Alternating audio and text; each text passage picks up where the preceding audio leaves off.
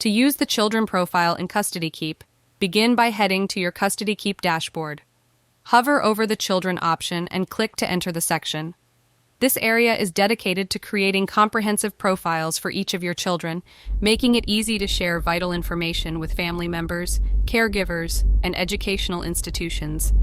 Here, you would find the profiles of your children. Clicking on a profile reveals detailed information, such as their name, date of birth, height, weight, languages spoken, school level, and details about both parents or guardians. Additionally, you can add an emergency alternate contact, the pediatrician's name, address, and phone number, as well as any pre-existing medical conditions, medications, or allergies they may have. This section allows you to write a personalized bio for each child, noting their favorite foods, likes, and dislikes. To personalize the profile further with your child's photo,